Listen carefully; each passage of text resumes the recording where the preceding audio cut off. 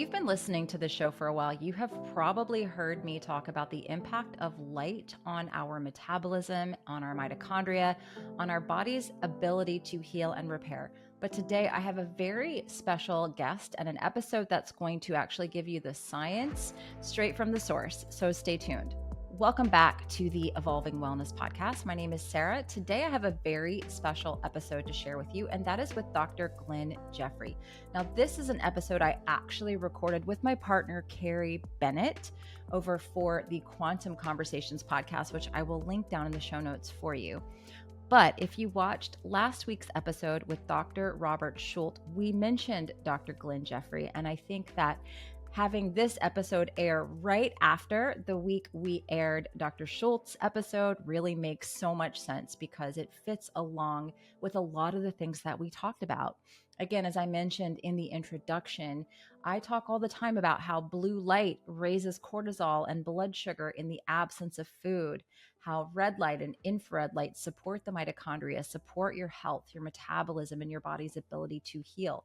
But Dr. Glen Jeffrey has been up close and personal studying this information. And I think you're going to find this podcast episode very, very interesting.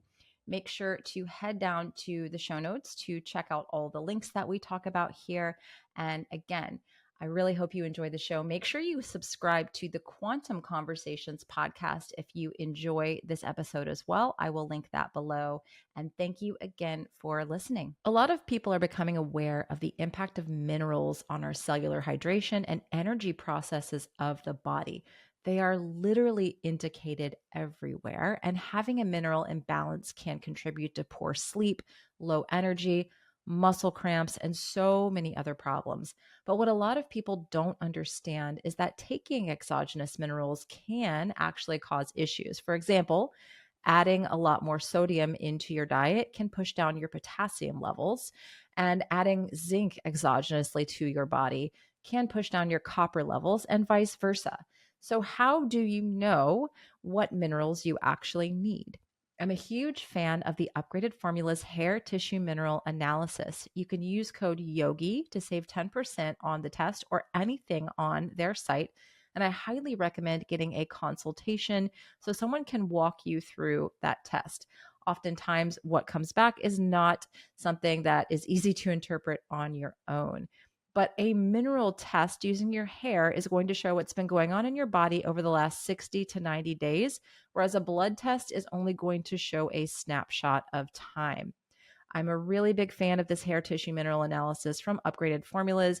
Along with a consultation, you can get yours by following the link in the show notes and using the code YOGI for 10% off the test and consultation or anything on the Upgraded Formulas website. Hello, everyone. Welcome back to Quantum Conversations. We are very excited to have a very special guest today here with us that is really going to expand on the light story. Carrie, do you want to do a little bit of an intro and then we'll let Glen just start chatting away? Sure. So we have the lovely Dr. Glen Jeffrey, and I've came across his work originally when he was on Max Gullhane's podcast, a regenerative health podcast, which is a lovely podcast and was an excellent interview. And I said to Max, I was like, I gotta get to know this guy because I'm about to present at the water conference, in Lisbon, and Jerry Pollock's going to be there. And I'm speaking specifically on mitochondria and essentially mitochondrial water and ATP production in response to different lighting environments. And so that I was so excited to then have Glen reach back after that introduction and then give me a whole bunch of research to dive into, which was so much fun to then to be able to present in Lisbon. And so this is right up the alley of all of our people, Glen. Your work is it's cutting edge, yet I think that there's a lot of practical takeaways that we can come up with for our people. And so we're so excited to have you. So can you just give our listeners a little bit of background about who you are and how you came to study mitochondria and their interaction with light? Oh, well, it's a tortuous story. I originally went to university slightly late and read experimental psychology, but that was at a time when experimental psychology was a lot of physiology and a lot of statistics and maths. I went on to do a doctorate in Oxford, And I really was in the area of vision and neuroscience. I spent far too much time in Oxford, but still profoundly in vision and in visual bits of the brain. I eventually got a permanent faculty position here at the Institute of Ophthalmology, University College London. And that brought me into contact with a different group of people, brought me into contact with the patient population, because we're part of an extremely large Moorfields Eye Hospital. And so people started asking me a few questions about some very, very strange medical conditions. And then, you know, as you get older, your interests shift a little bit. When I was a young graduate student, I was interested in development. Now I'm getting old, I'm interested in aging. And the one thing that bounces up every time if you're interested in aging is mitochondria. And I went to an extremely impressive seminar by a guy called Ilias Tachtanides, who's an engineer. And what he was doing was he was shining a light through the head of neonatal children that had stroke. And that light, he was looking at it coming out the other side, and he was making predictions about survival by looking at their mitochondria. And I said, hey, you know, if you can do that going through the head, do you think you could do that in the eye? And he went, yeah, it's not a problem at all. Then the ball started rolling. The ball started rolling. I started getting into mitochondria. I learned how to spell the word mitochondria. And I ended up in a situation now where 90% of my lab's research is mitochondrial. It includes odd things, not just aging, children with mitochondrial disease, people with things like macular degeneration. Generally, you know, if you're interested in aging, mitochondria grab you at every corner.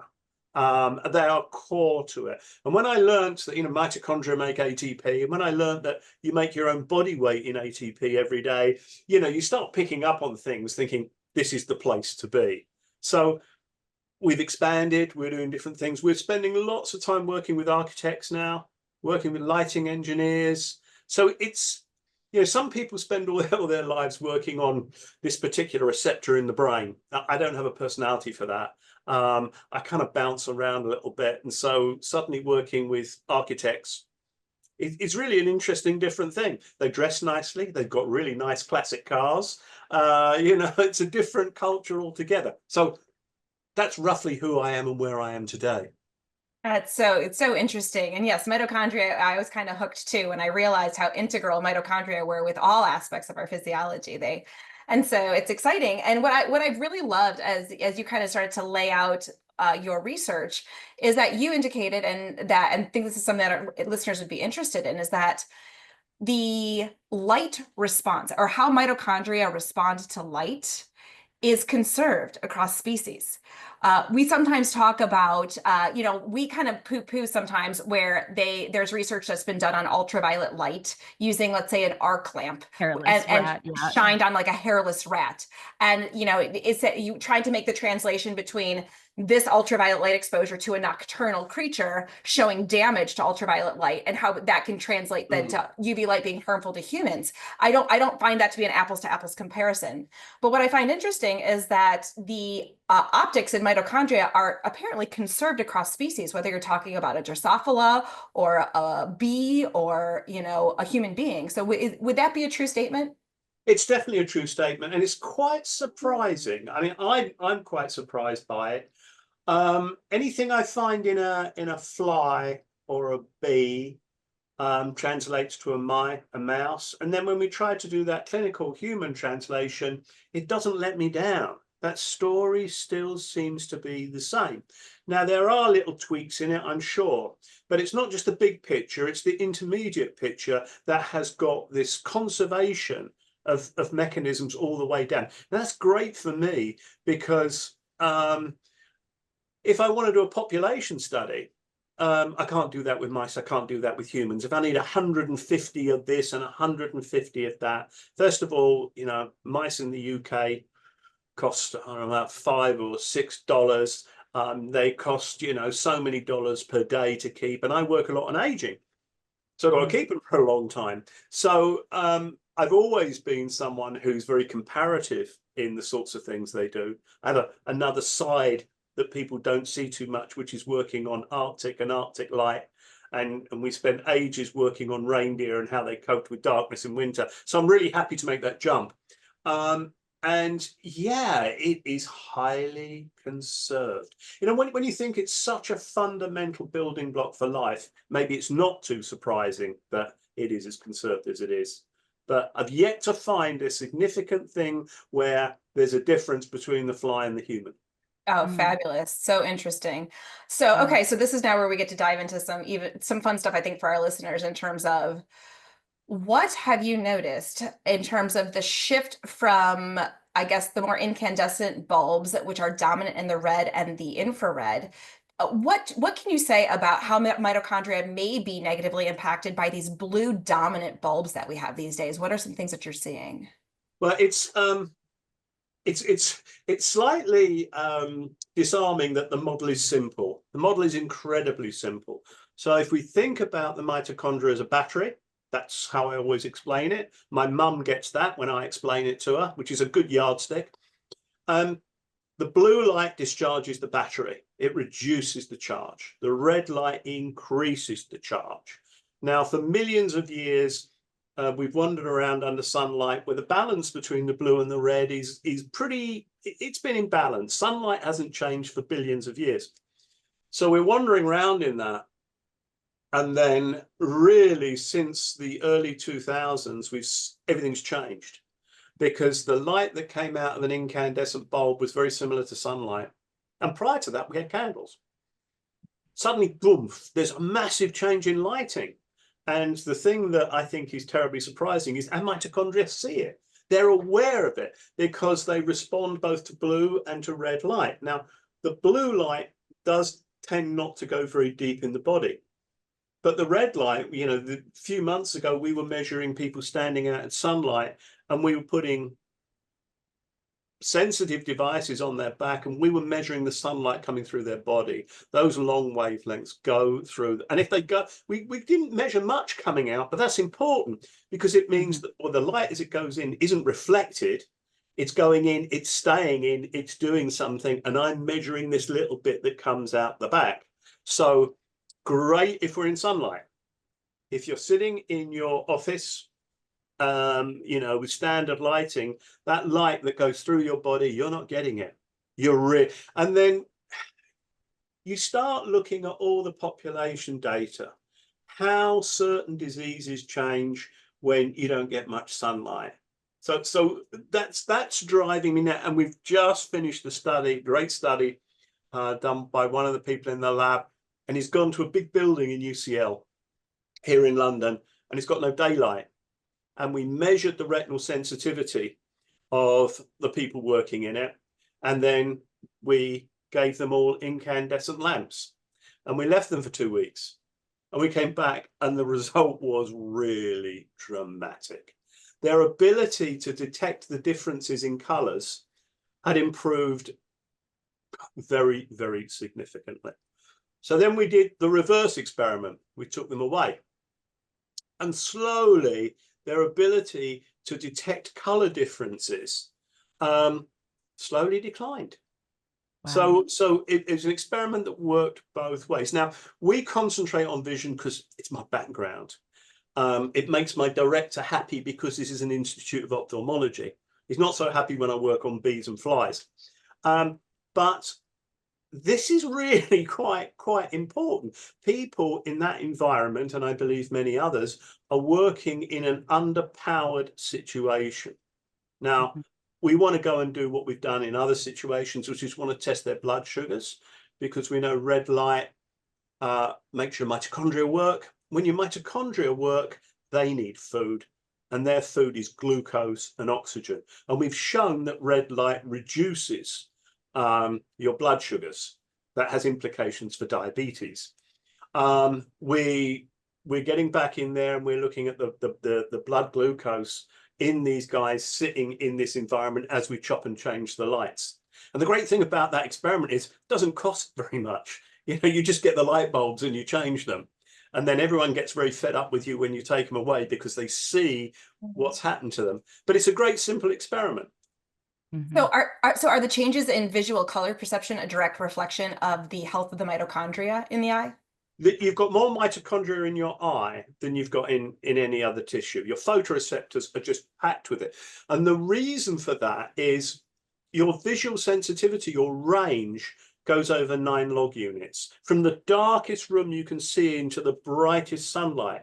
Now we don't pay attention to that. We go from room to room with a 2 log unit change in light, and we just don't pay any attention. But your mitochondria have got to provide the energy for that adaptation. And so using the visual system is a pretty good model. It's got a great readout, which is, can you see it? Can you not see it? I can measure it. It gives me numbers. It makes biological sense because I just know all the mitochondria there. Little things are really helpful. Like you've got very few mitochondria in your blue channel, your ability to see blue. So we can watch the blue suffer before the red does, and then we can bring it back up and swap the two around. It's a nice system. It's fun. And you can make probably some really pretty graphs in your publications showing these shifts and changes. Colors. Yeah. Okay, so you alluded to blood glucose, which I think would be a fascinating thing to go into. Sarah is huge on metabolism, and our community loves talking about metabolism. And one of the things that everyone gets stuck on is, well, what should I be eating? What should I be eating? Right. What should I be eating? And we've been kind of, along with other people in this circadian space, have been saying, but what about the lighting? Because we do know that in these blue dominant light environments, you can have elevations in blood glucose in spite of not eating at all. And there's pathways in the brain that actually can lead to that. And so it was brilliant to come across the research that you've done showing that blue inhibits the mitochondria, makes sense, meaning that the blood glucose has a tendency to stay potentially elevated because the mitochondria cannot use it efficiently, which has ramifications for diabetes. And then the red allows those mitochondria to use it all of a sudden and become efficient. So can you talk about some of the studies that you've done in, for example, glucose tolerance testing, and how red light might have been impactful in those instances? Yeah, it came out of a car drive with a colleague when we were going to do a project somewhere else, and he turned around and said, Glenn, if we're doing what we think we're doing, then we should be regulating blood glucose by making those mitochondria work harder. And that involves human subjects. It involves doing glucose tolerance tests, which are really horrible, drinking loads of glucose, having your fingers pricked. And I said, well, I'm not sure about this.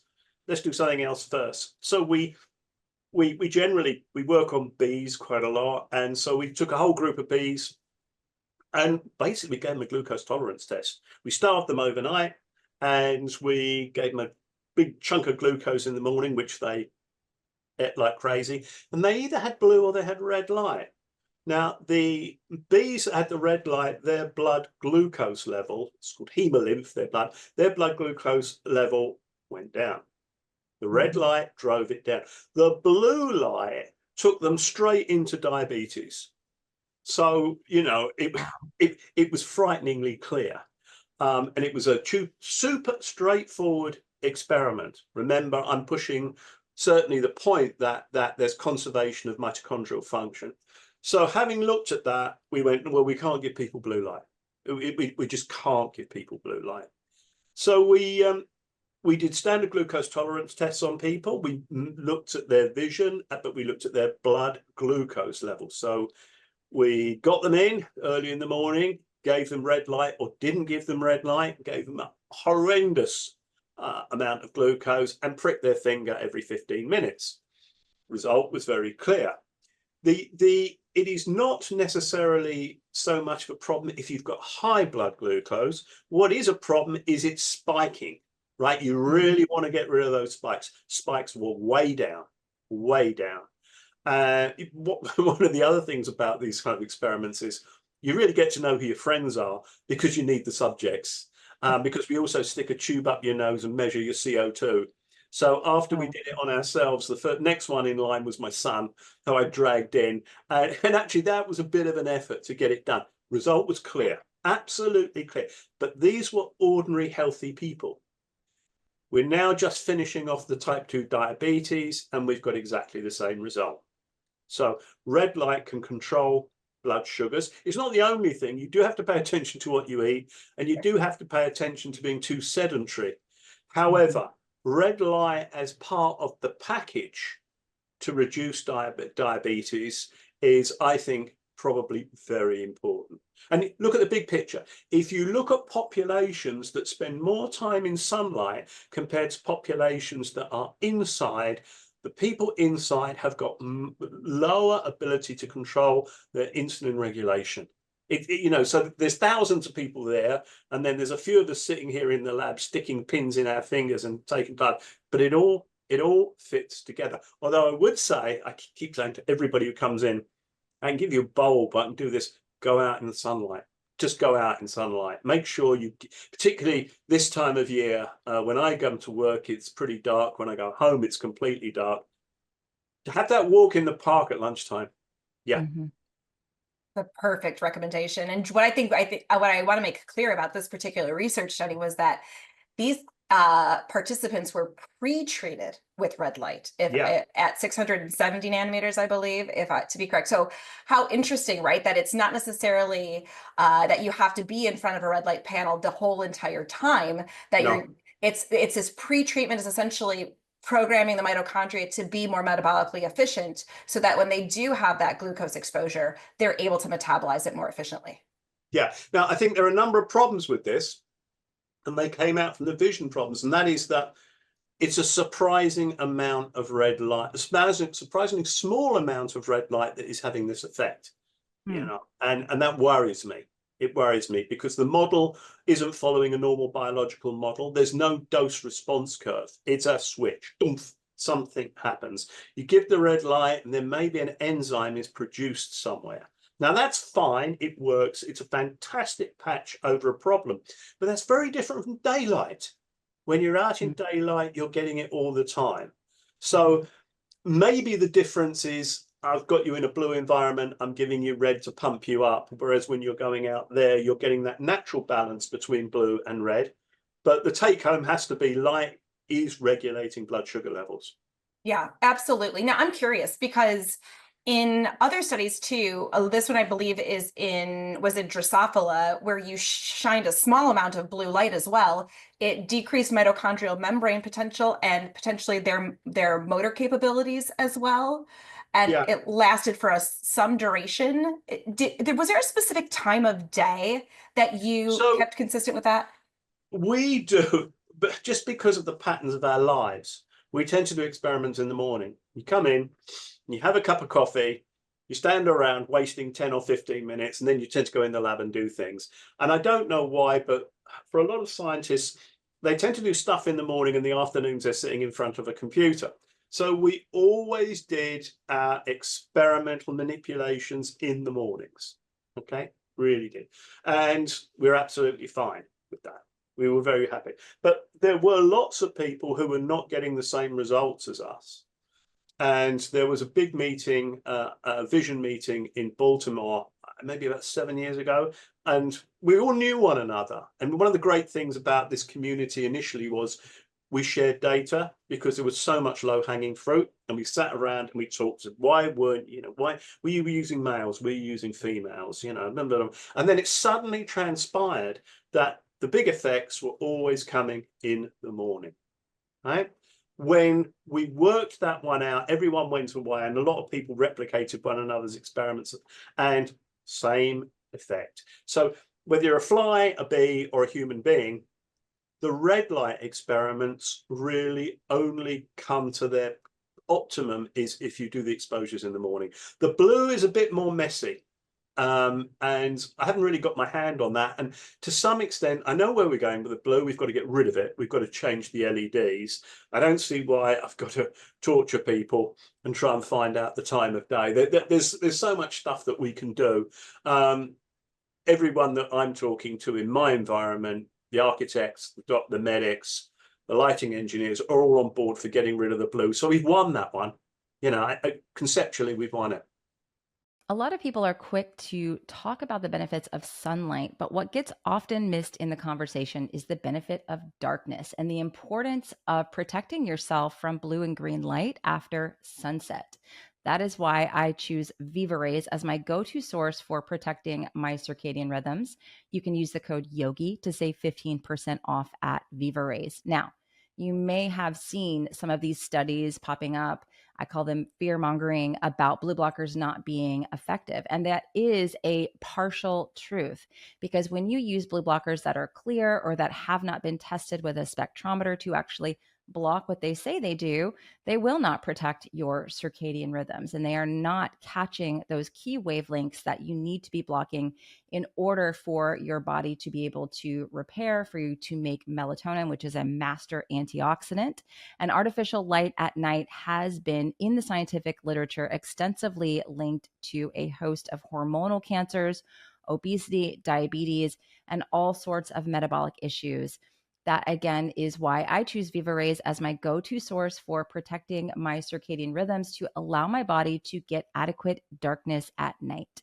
You can use the code YOGI to save 15% over at Viva Rays, and you can actually trust that they block the frequencies of light that they say they do.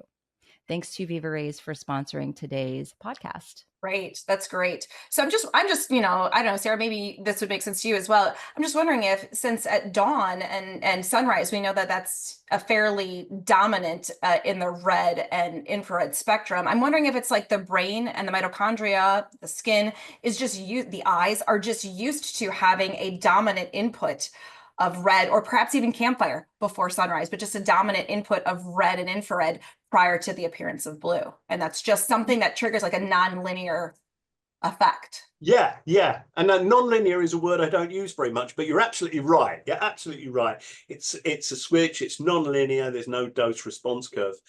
I always try and go back and think about where were we in evolution, and why is this important in an evolutionary context? It's got to have something to do with sunlight. Mm-hmm. The morning is just so important because all your physiology is different in the morning. So I can really only drive up mitochondria in the morning when they're dynamic, when they're producing a lot of ATP. I can't do it late in the afternoon. In fact, I can't do it really after lunch very well. But then when we discuss it, when you wake up, during evolution, you're vulnerable. Someone could be watching you. You need to wake up and get stuff on the road. So your ATP peaks naturally anyway. Your hormones change like crazy, and your blood sugars go up. A lot of diabetic people will tell you, they have a challenge with breakfast, because your blood sugars are harder to control. Now I find that myself. I've got a complete map of my blood sugars now, and I know that I can watch my blood sugars go up if I have 2 croissants in the morning.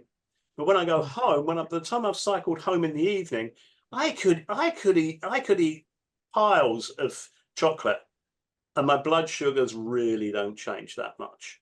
So there is a lot in the time of day. There is a lot in circadian events. Mitochondria have got their own clocks, and I'm not always sure what they're doing, as well as there being a master clock and clocks in other tissues. But I'm not a circadian person. Sure. No. It makes sense, so that if we kind of look to nature to see what is the information that we can, how can we interpret this data essentially through the lens of nature and evolution. I think that's typically what I always try to do. Yeah. No, I'm if I can pin it down to something in terms of evolution, I will do. And a great physical anthropologist walked through my door, I don't know, 18 months ago, and Nate Domney, and from Dartmouth, and he came along and he said firelight, and firelight had been in the back of my mind. And he said, what was firelight doing? Well, the spectrum of firelight is very heavy in the red.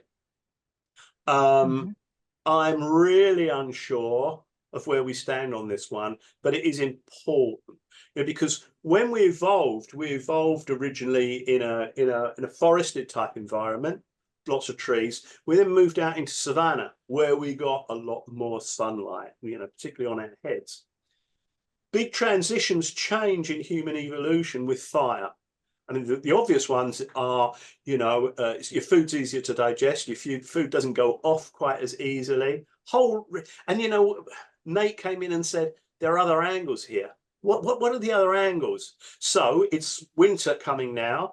I bought half a ton of logs in summer, and I bought a fire pit. So of course, you know, when blokes go out and they light fires, they also have to have cans of beer. They can't do it without it. So what we're going to do is we're going to sit there, and I'm going to get the people to sit around, and I'm going to be measuring if I could try and find out if I can measure firelight coming through the body by putting that instrumentation on people's backs. Oh, I love that idea. I think it's just, that's really interesting. Sure. Yeah. Then our nighttime sun exposure, essentially, if it does come through in a similar way as the sunlight, I think in terms of the fire, I study extensively mitochondria and essentially water in the body. And mitochondria, we know, I'm certain you're aware of Scott Zimmerman's work and the near infrared component of stimulating mitochondrial melatonin, which is by far the biggest source of melatonin in the body. But also, are you aware of Dr. Gerald Pollack's work on exclusion zone water? So when someone first asked me that question, I thought, hang on, who is that person? And I had to say, hang on, I think I know the name. And he very kindly contacted me, and I became much more comprehensively aware of what he was doing. And I have to say, I'm slightly ashamed that I didn't know him as well as I should have known him, but I'm getting there. Yeah, you know, it's just another layer, right, of what I had to unlearn in undergraduate and graduate school about how water behaved in the body, where it was kind of discarded as just being there. And now we know that it preferentially absorbs, at least exclusion zone water, preferentially absorbs light at about 3,000 nanometers. And that actually can act again as a reservoir of energy and charge in the body because it's negatively charged. So I'm just wondering if that's how we got that energetic source at nighttime, you know, when the sunlight was missing in it. We were continuously exposed to that form of infrared in some capacity to maintain what I call our water battery. You know, the mitochondria, our battery, we also have this water battery as well. Yeah, well, look, I think there is definitely the case that we do not fully understand the role of water in this situation. If you look at in atmospheric light, water absorption, it occurs at certain places. Right. Occurs at certain places. Now, I think that those are places where red light is not going to work terribly well. Right? But I am not going to be the person that goes nanometer by nanometer by nanometer testing that. That's brainless.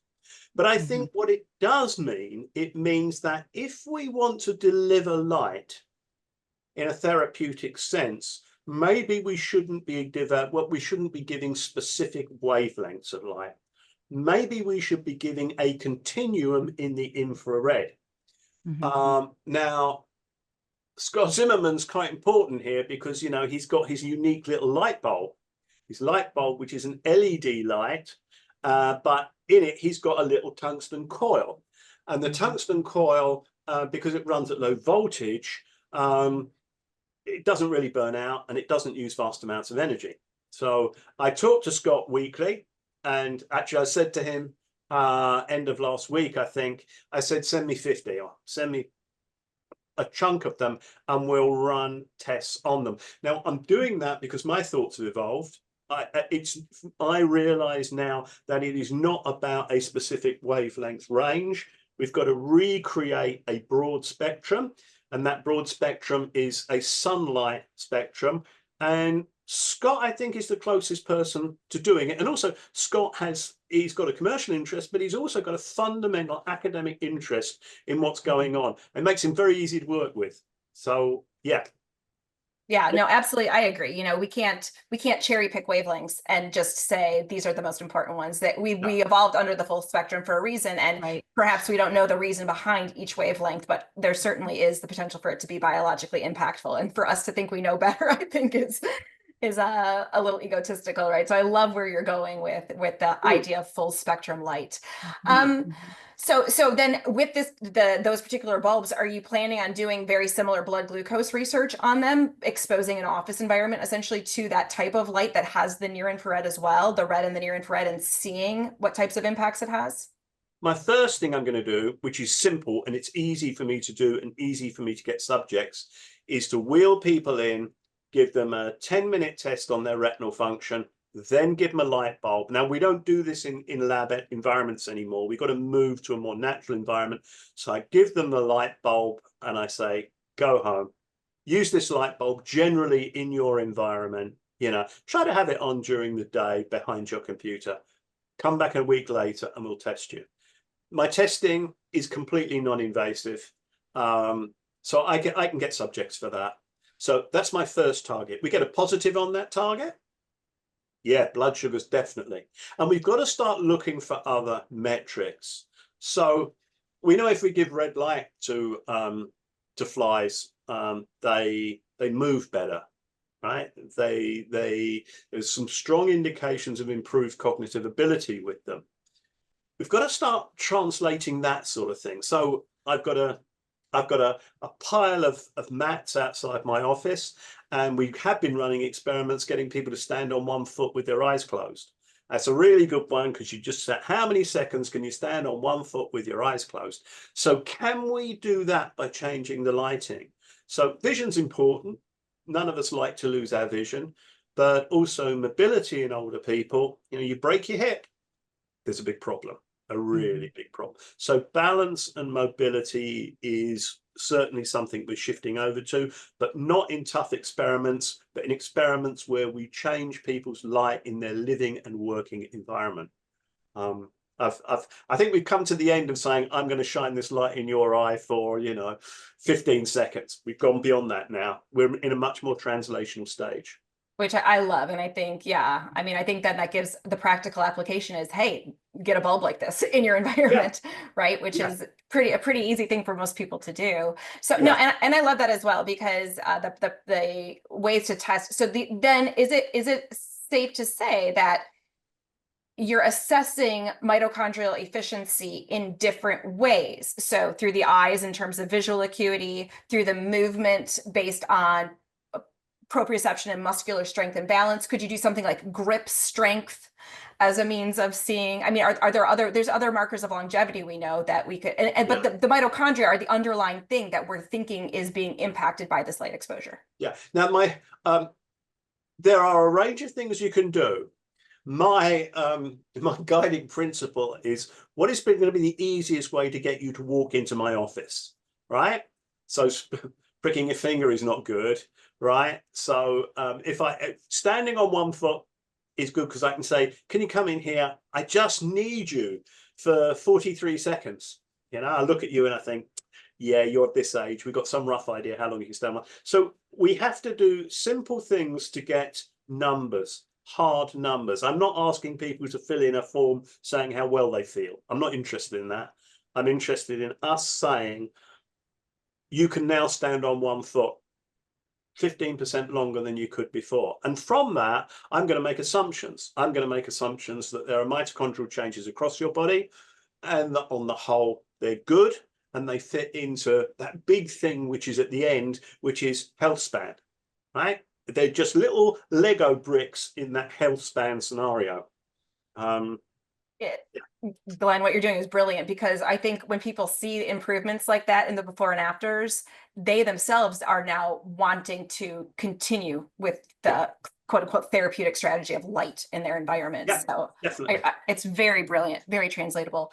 Sarah, anything that you want to chime in here throughout all this conversation? Or are you just soaking it all in, like I've been doing with Glenn's stuff? And keep on. I'm like, but you keep grabbing it, and I'm like, it's perfect. Yeah.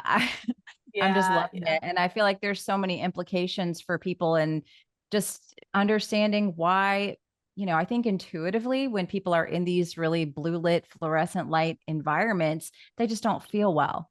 They feel more tired, they're more drained, they're more exhausted. And this work, I think, is just so brilliant, because now we actually have empirical data to show what that sort of environment is actually doing to the mitochondria, which is impacting the energy management system of the entire body. And I would love, I'm going to do that this next summer, is you take someone sitting in a miserable office, and this office looks pretty miserable. I've turned the lights on so you can see me. Normally I've got very low level lighting. And actually just take a very small blood sample from those, from those people. Then get them to go out. I've got a small park across the road. Sit in that small park for 20 minutes because you suddenly start feeling good, right? Even though it's a crappy park in the middle of an urban area, you start to feel good. Take another blood sample. What is it about feeling good in the body? Can we pin that down? Now, that's an experiment I don't like doing because it's a fishing expedition, but I cannot help but believe that there's going to be something screaming at us when we compare those two blood samples, right? And again, that's taking it away from the lab, taking it to the world that we live in and operate in normally, which is, you know, key target. No, sure. I can't wait to see those results. I'm super excited for that test. So really quickly, this is always kind of piqued my curiosity.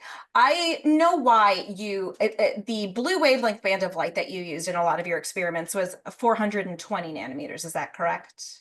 420 to 450, yeah. Which, as you indicated, it's the band that mitochondria really can absorb and interact with, and it is the dominant band that you see in LED light bulbs these days. Yeah, definitely. Now, what made you pick the 760 nanometer for red? Okay, the 760 nanometers, I picked. I'm sorry, 670. So I don't want to misspeak. 670. Okay. I picked up the 670 because everybody else was doing it. Right. So the point was, I told this story a number of times. I reviewed a paper about brain damage in animals and how it was improved by 670 nanometers. I was completely confused. I had no idea. I went around asking people, what's this 670? Is that a Christmas light? Is it a bike light? And then I realized that there'd been this bit of science chugging away that I'd been unaware of. Chugging away in Russia, chugging away in Australia. And so we picked that up, and you get caught in a bit of a rut. Now, I know that's a rut now. We've exhausted, I think, a lot of our 670 experimentation. So when we're giving light now, I'm not giving 670 because 670 floods your world with red light. You don't want to sit somewhere with, you know, reading a book and the world's flooded with it. So what we're now using is 850 nanometers. You can't see that. And that's one of the wavelengths that goes through your body. Okay, that's one of the ones that I pick up on the other side. It is as effective as 670, and it's non-invasive. Fair. So some of my lighting, we're now negotiating about lighting in clinical environments, critical care units. If we've got a critical care unit, for whatever reason you're in that critical care unit, whether it's primarily because of a mitochondrial problem or secondarily because mitochondria are effective, I think it's a winner to actually change the lighting. So having longer wave lighting, 850, is the obvious thing to do. We know it's effective. So one of the experiments that is a manuscript sitting almost ready to go, takes me forever to finish these off, is we've exposed people to 850 nanometers and we just wrapped their head in silver foil.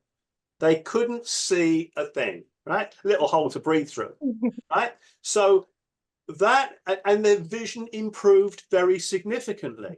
So the point is that your body is responding to light, right? It's responding to the light. My improvements in vision were partly because the retina got exposed to long wavelength light, but the body can do it on its own. And so I think with that in mind, we're going to move over to wavelengths of light where you walk into the room. So we've got a big 850 panel, walk into the room, give people a cup of coffee, have a chat for 10 minutes, test their vision afterwards. It improves. Okay, it improves. So we're giving you back that longer wavelength light. We're moving further out to a longer wavelength. Sometimes it's also determined by what LEDs you can get that are decent. Some LEDs are just absolutely awful. 850, there's a lot of 850 LEDs around. They're relatively good. And a lot of our devices we're building now or putting together are focused around that and thinking about the clinical environment for them. Brilliant, brilliant. Yeah, I love this. So what I'm hearing, let me make sure I might translate this for people. What I'm hearing is that it's not necessarily site-specific exposure to 850 nanometers that derives a benefit. You can essentially cover someone's eyes yet have 850 nanometers in their ambient environment and still show improvements on the various parameters that you're testing. Definitely, and people have shown that in animals. Mm-hmm. You know, the Australian guys who were very much the lead in this field, they shone red light into a mouse eye, and they got improvements in it. And then their control was to shine it on the back, and they got really disturbed because they got 50%. If they got 100% improvement in the eye, they got 50% improvement on the back. This was disturbing. Right, this really, we were fighting off the accusations of polishing crystals, you know, and it all being very, very woolly. And that I did say to people, can we keep quiet about this for a while till we know about it? But we do know that when we shine a light on different parts of the body, we change cytokines in the blood. Everybody goes, oh, cytokines, they mustn't go up there, they're awful. But in actual fact, small changes in cytokines are very important signaling molecules. So this has given rise to the fact that if I want to treat a part of your body, I do not necessarily have to shine the light directly on that bit. Okay, so when you're on the beach and you put a towel over your face, you're still getting a therapeutic dose. It doesn't have to be through your eyes. But we actually get that question. So Sarah and I have private communities all the time. It's like, am I ruining everything with my eyes are closed? It's like, no, you're not. Your body is way too intelligent. Yeah. And also the other thing is that the published stories are actually very inaccurate. Long wavelength light goes through your lid very effectively. And the reason we wrapped people's heads in silver foil was because when we turned the long wavelength light on, the 850, when this wall panel, we went around measuring it, and it was bouncing all over the place. You know, it was, so I thought, well, let's turn their backs to the source. We'll have them facing us when we had our cup of coffee, you know, with their backs to the, and then we got really panicky because I went around and you know, it's being reflected off black walls. There's very little in the world. There's very few pigments that absorb at things like 850. So it's got nowhere to go, nowhere to hide, and it bounces around, just bounces around. So we, you know, the only way out of it was silver foil.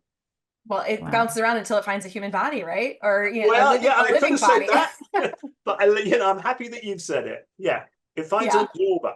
Sure. And so that also brings me to the I think we've alluded to this on our podcast before, but also the idea of sitting around greenery as a means of reflecting those wavelengths of near infrared as well. You know, as you said in previous podcasts, there's a reason that the green it doesn't absorb any of the thermal wavelengths, right? Or that infrared, it really reflects it back. Yeah. And so we can even be in the shade. I think we don't even have to be in direct contact with the sun, because that's another hurdle for a lot of people to overcome. It's like we've been conditioned to believe that the sun is bad for us and we should never have it touching our skin unless we're fully covered up. And it's like, okay, you know, if you're not willing to go there and think that it's helpful to be in the sun, start in the shade and know that you're still getting a benefit of the near infrared being reflected back to you. Yeah. The architects are really picking up on that one big time. So, you know, the north side of a building, putting greenery on it, getting a lot of reflected infrared. This all really came out of my colleague Bob Fosbury. Bob's an astronomer. He spent a lot of his life looking at atmospheres in exoplanets and looking for the sorts of things that would support life. And the sorts of things that he was looking for, the sorts of things that would reflect infrared light. So he breezed into my life and told me all these things. And I thought, I didn't know anything about that. And a great example of pulling down the silos between different areas of science. So he's burst into my life and into Scott Zimmerman's life as well. And along with Roger Schultz, things have changed a lot. Yeah. I love it. Can we go back to the eyes as well? Because I think you said a hidden gem that you were talking about way earlier in the podcast that I think would intrigue a lot of our listeners who potentially are looking to prevent macular degeneration and other degenerative conditions of the eye. And it's that the exposure to the red wavelength was beneficial if it was given within a certain time period of the morning, right? If it was given in the morning. So can you talk a little bit more about that research so people have that really a good grasp of that? Yeah, I think if you've got a clinical condition like macular degeneration for which there is no cure, right? There may be a way of just dragging it, making it drag slowly. Certainly the case that the experiments that we've done always in the mornings, the afternoons has relatively little effect. We've got a clinical trial running at the moment for retinitis pigmentosa, an inherited retinal disease that's blinding, for which there's no cure. Mornings, again, the whole clinical thing is around the mornings and morning delivery. Our initial experiments, our initial clinical trial didn't work, and I was bitterly disappointed. Clinical trials are a lot of paperwork, and I'm absolutely awful at paperwork. Yeah, I had to sign my passport application time 3 times because my signature went out of the box. I don't do regulations very well. And it failed for a number of reasons. We weren't that tight on time of day, but secondly, the red light works very well in certain conditions if you catch them early. But if a disease has grabbed in, if you've started to lose a lot of cells in your retina, it's very, very difficult to grab it. And the same has come out of Parkinson's disease. John Metrofanis, who was originally one of the people from Australia, is now in Grenoble in France. Great results on experiments with Parkinson's disease, which is fundamentally a mitochondrial disease. Mitochondria in this little bit of your brainstem fail, and then suddenly you progressively lose motor control. Mm-hmm. If you induce Parkinson's disease in things like primates and you give red light very quickly afterwards, in the mornings, you get retention of function in spite of the attempt of pathology to develop. If you let that pathology develop and the cells start to die, your ability to grab it is less. So we've got to think about time of day. We've got to think about not getting people's expectations up. If you've got macular degeneration and you've lost your central retina, the macula's gone, well, we missed the opportunity. And I think people should be very, very realistic about that. We missed the opportunity. Maybe if we give you red light, I would still, if I was in that situation, take it, but I would be taking it with different expectations. Maybe I'm going to slow the rate at which that diseased bit of retina expands, but we don't really know. The trouble with macular degeneration is it's such a long disease. You know, so you do something, you do an intervention, and maybe the metric you really want to find is 5 years later. You just don't know what that metric is. Sure. Yeah. I also think a lot of the research that's being done on red light therapy, specifically for eye conditions, and maybe they're not showing as big of an effect as you want, especially once there's a greater progression into the disease. They're also not controlling for their dominant blue light environment, especially at night. And so perhaps the combination is, and this is just me being a hopeful clinician, but perhaps the combination of mitigating exposure to those really harsh blue wavelengths all day long, but especially at night, in conjunction with morning red light therapy, has maybe additional benefits. Absolutely. You know, my biggest problem with patients is you don't know what they do when they leave you. Right. You know, and they don't always tell you the truth. It's not that they're actively lying. It's just sometimes they think they're doing better things than they are really doing. Sure. And it generates an enormous amount of noise in data. Just I'm battling with one of those issues, which red light. If I give red light, 99.99% of people are getting improvement in vision. In fact, actually, I think I can say 100% of people that we've treated, we've got an improvement in vision. But the degree of improvement is highly variable. Some people, I can increase their color contrast ability by 2%. Some people, it's by 18 to 20%. I get these people, I sit them down and I say, okay, what did you have for breakfast? You know, what do you do? What do you do at 10 o'clock at night? How many glasses of wine do you drink? And they never answer that one correctly. They always get far less. Sure. It's the noise within humans and the fact that they very often think they're telling you the truth and sometimes they're not. And it's the inability of me to find out what the right question is. I don't know what I'm going to get there, but there's one lady, I didn't really improve very much. I've asked her every question, including some fairly personal questions about what is it? And I just can't get it. Are you asking about it. Are you asking about screen exposure? Are you asking about do they wear that's sunglasses? exactly what I was gonna say. How much are you on the phone? How much TV are you watching? Yeah, I've done all the obvious. The one that's going to prove to be the critical variable is the one we've never thought about.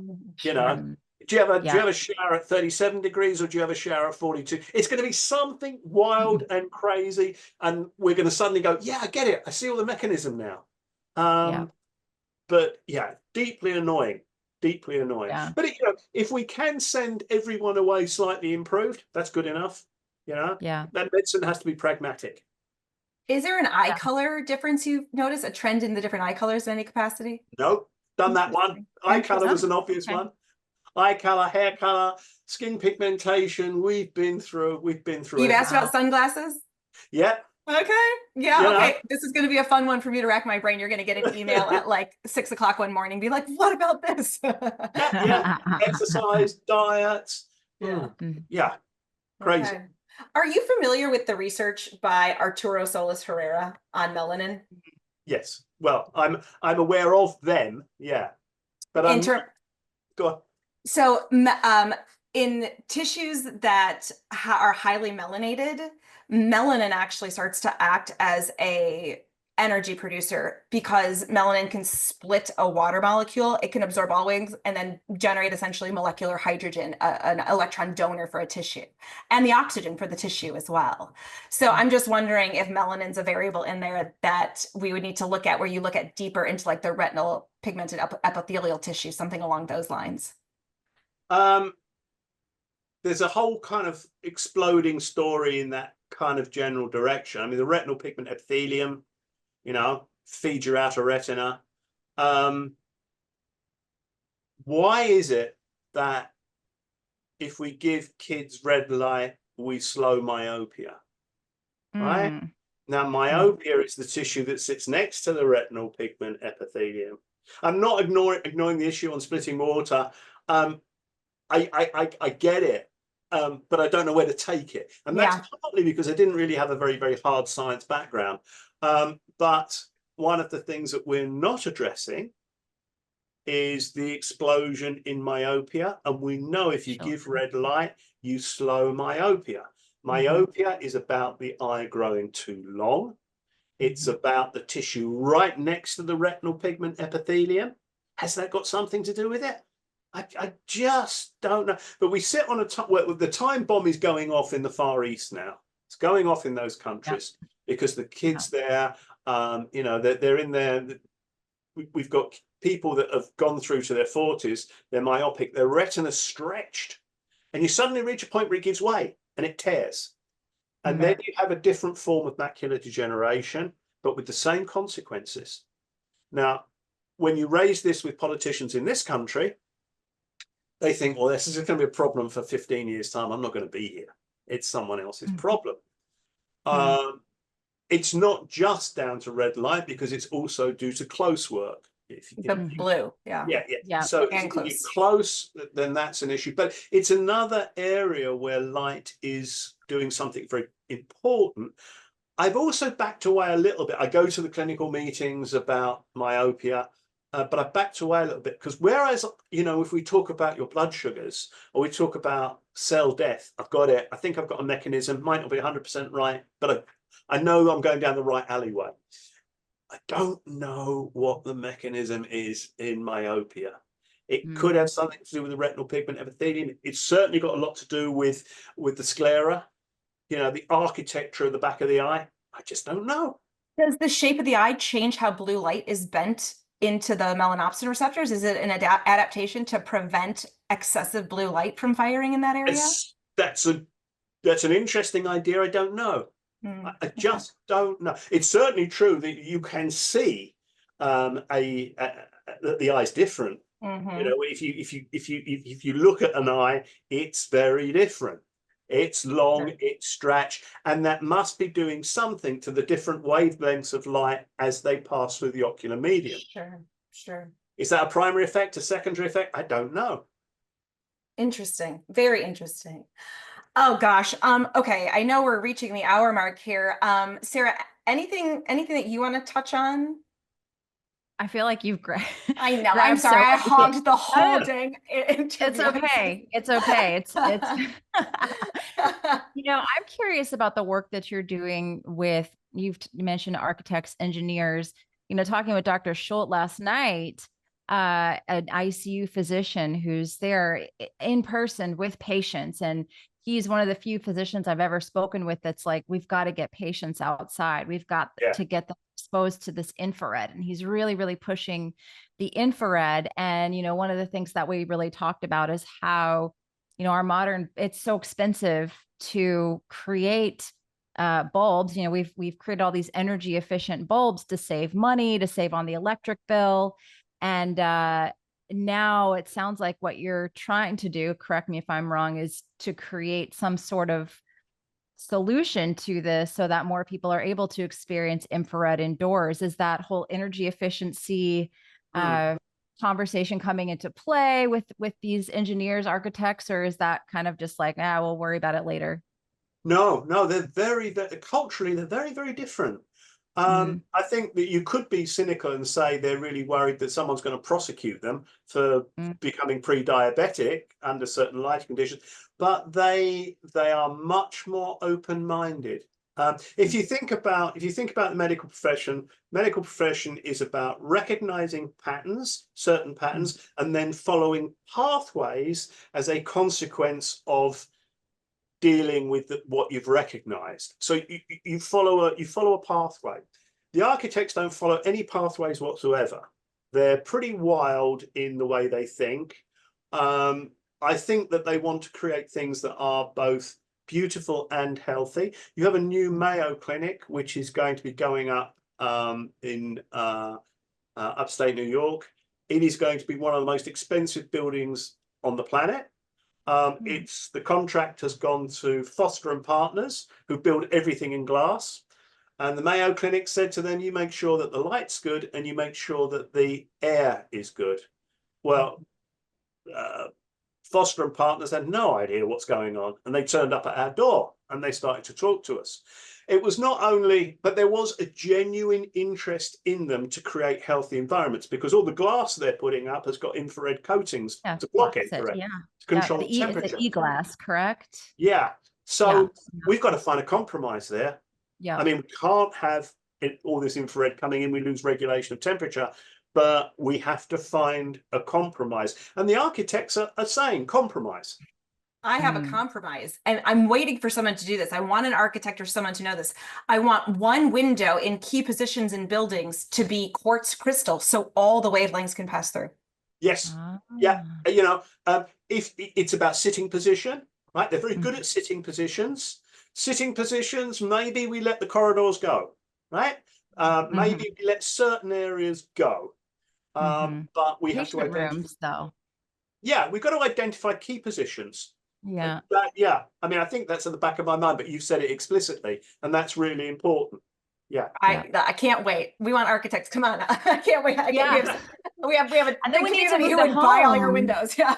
Homes, schools. I mean, these children I feel the most for, because as you mentioned, the myopia crisis that they're really seeing in China with these children, glued to their screens, and all these children getting myopia. And I think about the kids here, I've got a 17-year-old and a 2-year-old, and my 2-year-old, I keep thinking, like, I can't send him to a regular school. I keep him in an environment now where he's outdoors all the time and we don't do screens. And it's like, as soon as you send the kids to school, they've got the bright overhead lights, they've got the iPads, they've got the windows that you can't even open in a lot of the schools, and they're blocking everything out. And it's like, wow, these, everyone's talking about the food and how bad the food is for our kids that we're giving the kids, which I 100% agree. But I feel like, especially after talking to Dr. Schultz last night, it's like the light and the lack of infrared. What is that doing to the health of our children and their vision? And it's just, the mitochondria. We had a great story here that one of the senior clinicians told me about. In some communities, you tend to find higher incidence of eye problems. One community where there are a high incidence of eye problems is within the Hasidic population, you notice they tend to wear thicker glasses. And a family had come in for genetic testing, and there were 4 children, mother and father, and 3 of the children had really, really, really thick glasses and had myopia, and it wasn't looking good. But the other child didn't. And so the clinician said, you don't have glasses. And the mother got kind of a little bit upset and said, yeah, he plays football and he won't read the Torah. So he had an outside life. He wasn't doing his close reading. He was annoying his parents beyond belief.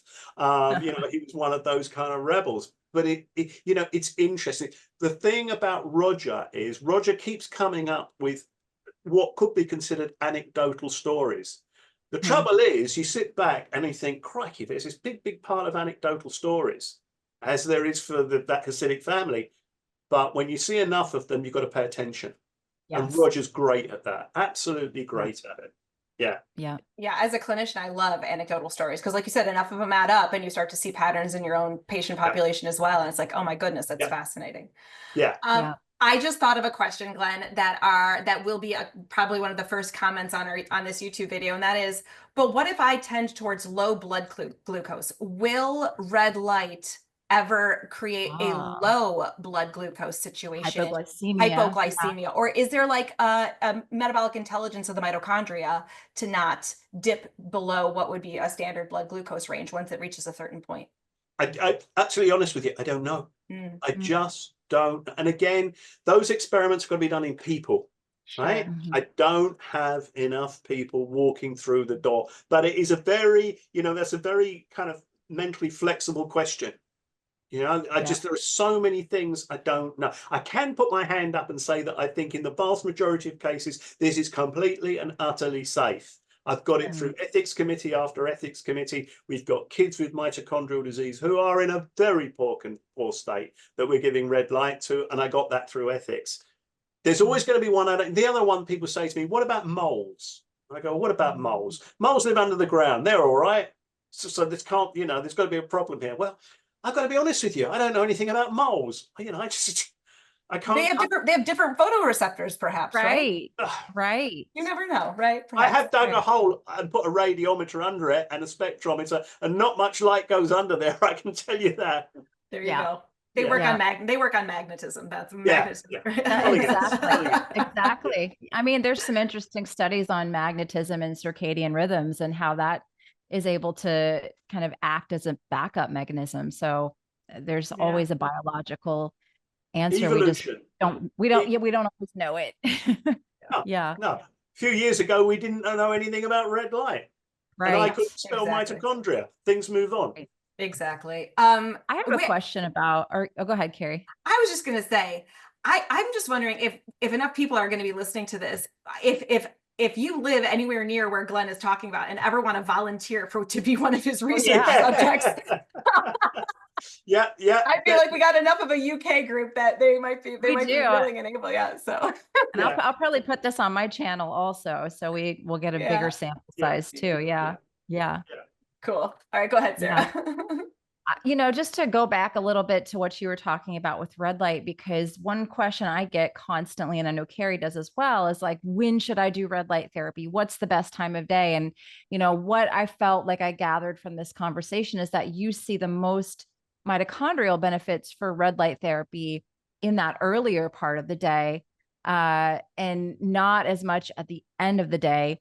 Have you ever looked at doing, and just correct me if I misinterpreted that, but have you ever looked at the implications of possibly doing red light therapy after sunset too late in the day, and if that would create any sort of an issue as well? In animals, you don't get any, if you look at flies and bees, you just don't get an effect late in the day. You don't get an effect at night.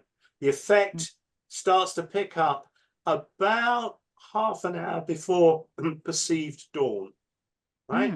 So if you've got your flies, your incubator goes on at 7. At 6:30, things start happening.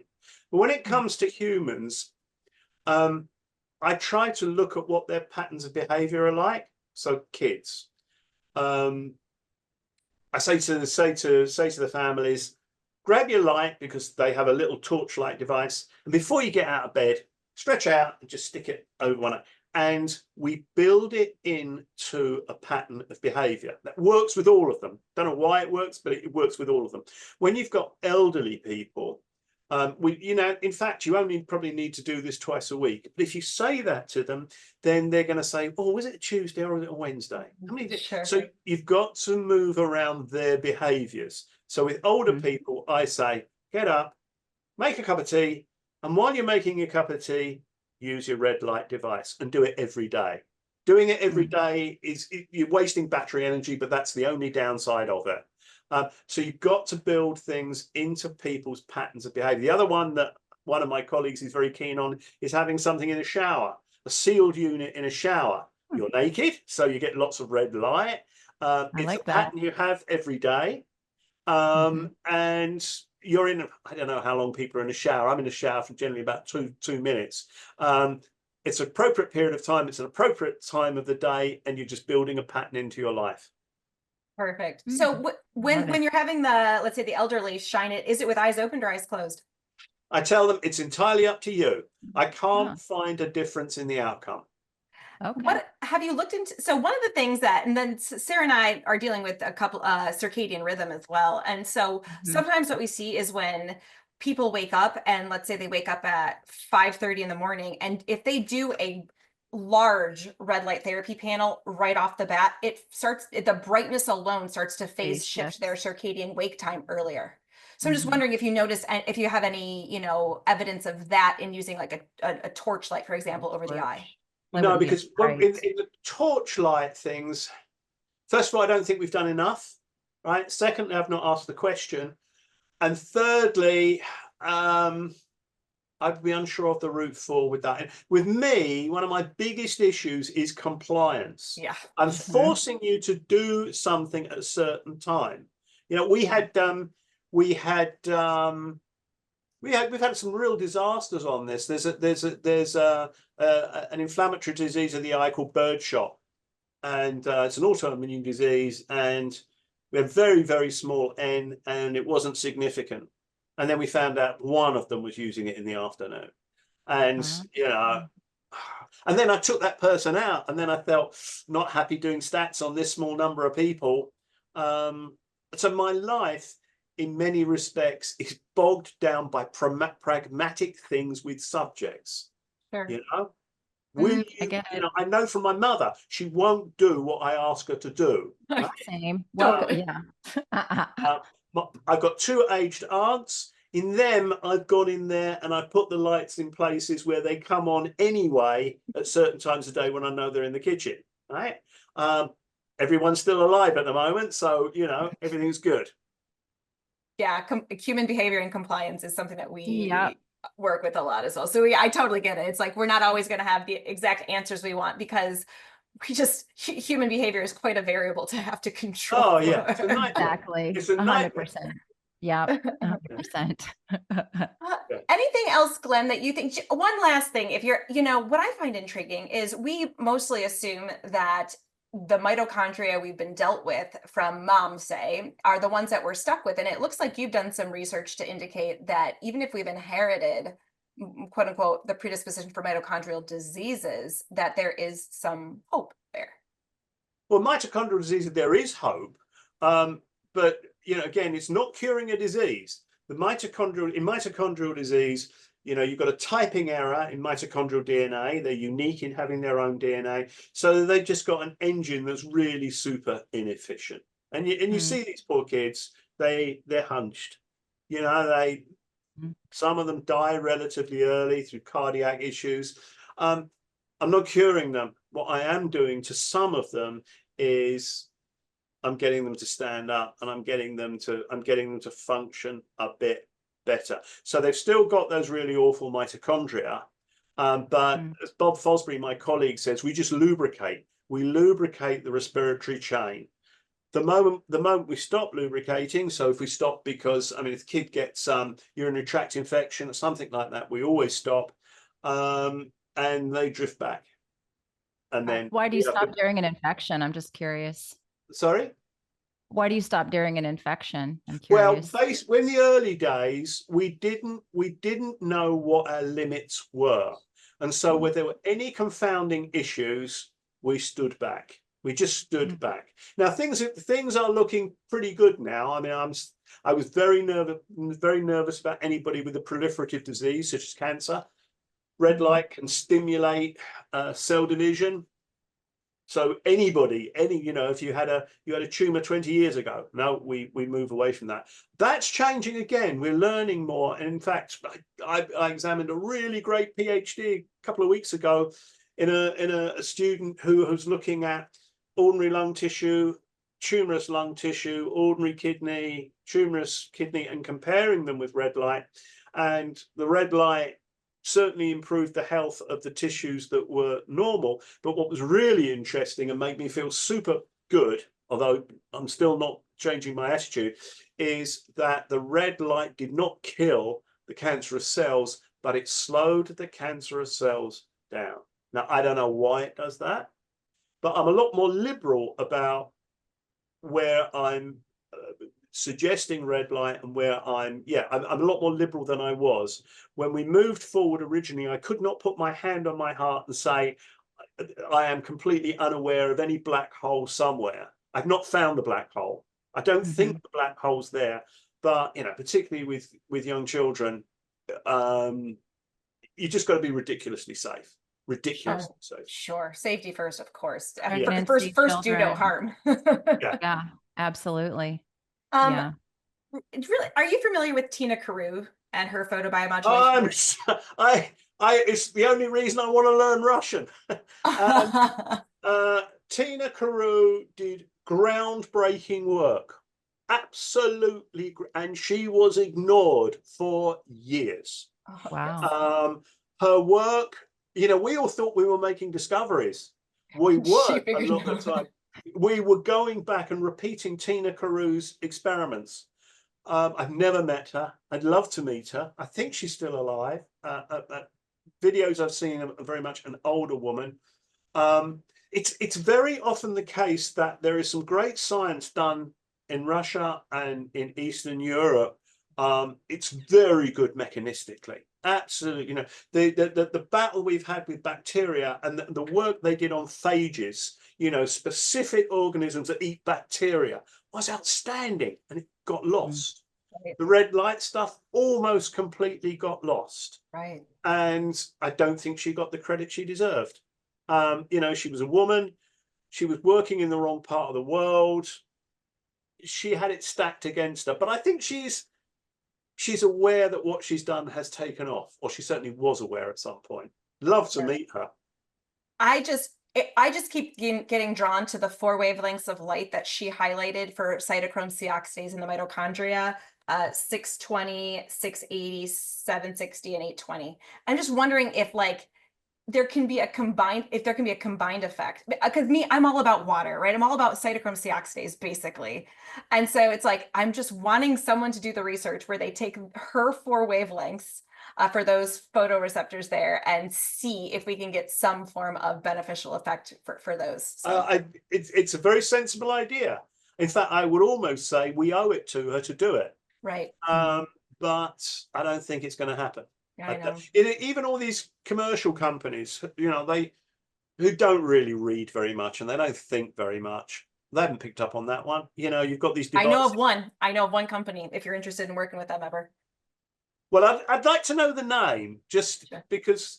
So it's Soleil Well. Soleil, the French word for sun, Soleil, Soleil Well. Kelly Bento the owner has been studying this extensively, and she's specifically highlighting the wavelengths that Tina's used in her. And I've used her products with clients, and it is really impressive, the results that we're seeing. So. Okay. FYI. Good. Well, I didn't know that. I hope Tina knows it. I hope so too. What Kelly has too is a flashlight as well. I'm obsessed with my torch. Yeah, it's got those wavelengths in here. And so this has been, if you're talking about a tissue that's losing energy, essentially the mitochondria can't produce enough, an injury, right? An acute injury, for example. I've seen people shine this on dislocated fingers And you do it more than the dose response curve would initially Mhm. indicate, but in a tissue that's losing energy, it's almost like you have to shock energy back into the system, or like you said with cytokines, really give a healthy burst of reactive oxygen species to Yeah. create some signaling effect. And the before and afters in such a short amount of time are really astronomical. Yeah. I think the use of I think we're getting somewhere with the use of lights in critical care. We've Mhm. now got some critical care units really listening. But the use of lights pre and post surgery, Mhm. I think, and particularly for that kind of furniture removal surgery, like hip replacements. So Mhm. Bob Fosbury had to have a hip replacement, and he did amazingly well. Of course, he knew exactly what to do, and was walking quite well within a few days. And Roger's got lots of those anecdotal things. So now, if it's wrong, if it's all a pile of rubbish, what's the worst case scenario? I look like an idiot. People have wasted a few dollars on something. It's not like we've given them an immunotherapy that's cost Right. millions of dollars to develop. Right. Right. Right. Yeah. And we know that there's enough really legitimate scientific research as well on things like where they've shined red light therapy on a knee and people Mhm. had subjective improvements in anxiety, right? Where it's like they were Yeah. trying to, and so I mean, there is always a systemic benefit that can be had as well. Yeah. I don't Yeah. really see a downside to it Yeah. either. Exactly. I always Yeah. talk about, the radiologists, because the radiologists knew about systemic effects. They knew about the abscopal effect. You Right. irradiate a primary tumor and many secondary tumors will stall. They won't go away, but they'll stall. Someone's talking to someone, there's a Mhm. conversation Mhm. going on here in the Mhm. body. That would be, if you think about big science, conversations in the body and how they happen is a really interesting topic, because I found cytokines. I think I've just found one small little corner of that problem. You know, there's a whole Reuters out there spreading information around that I don't know about. Well, we can always chat behind the scenes at some point. It's a topic that I love. But we've hogged, I think, enough of your time, Glenn. It's been such a pleasure. Sarah, any last little things, before we wrap this up? I love this whole conversation, and I'm so appreciative of you and your time and all the work that you're putting in here. And we definitely need to continue to stay in touch and hear about new developments. And I think we're all just really lucky that you're doing the work you do, and I really appreciate it, Glenn. Well, Thank we've you. slowed down. We've slowed down some of our work with the whole aim of now talking, because there's no point in scientists doing things that they find really interesting and fun if they don't talk to people. And that means not talking to my colleagues. It means also talking to, a little old lady in rehab, who's got after breaking a leg. The conversation has to go out. So it's a pleasure, and it's a pleasure to talk, and also it's really nice that you've actually dug me up. I'm touched that you did. You're now officially on our list of research celebrities that we love Absolutely. around the world. Absolutely. Yes. Okay, Yes. yeah. So thank Well, you very much. I've certainly yeah. enjoyed the conversation. Yeah. Yeah. Thank Yeah. you. And if people want to find you, do you have anywhere where you put your work up, website, anything like that? Or they just need to be looking, Googling Okay. for new studies that come out? I've said you must have heard it on other talks I've given. I write off Sunday afternoons. In fact, I write off most of Sunday. I will answer people's emails. Oh, wow. I will Okay. do my best. I'm very easy to find, Glen Jeffrey at ucl.ac.uk. And that's all part of the program. This is an issue in public health. We've got to talk to the public. I love it. Amazing. I I love love it. it. Yeah. So thank you for doing that. Thank you for your time. Thank you for your research. It's just been a pleasure. Great. Thank you so much for listening to the Evolving Wellness Podcast. Just a quick little reminder, this is not medical advice nor meant to be taken as a substitute for working one-on-one with a healthcare practitioner. And if you enjoy the show, please head on over to Apple or Spotify to leave the show up to a 5-star review. If you're over on YouTube, please leave us a like, leave us a comment. I really appreciate you for being here, for listening to the show, and your support means the world to me as I continue to try to pull guests from around the world to bring you informative content to empower you to make decisions about your own health. Thank you so much for being here, and I look forward to seeing you again next week.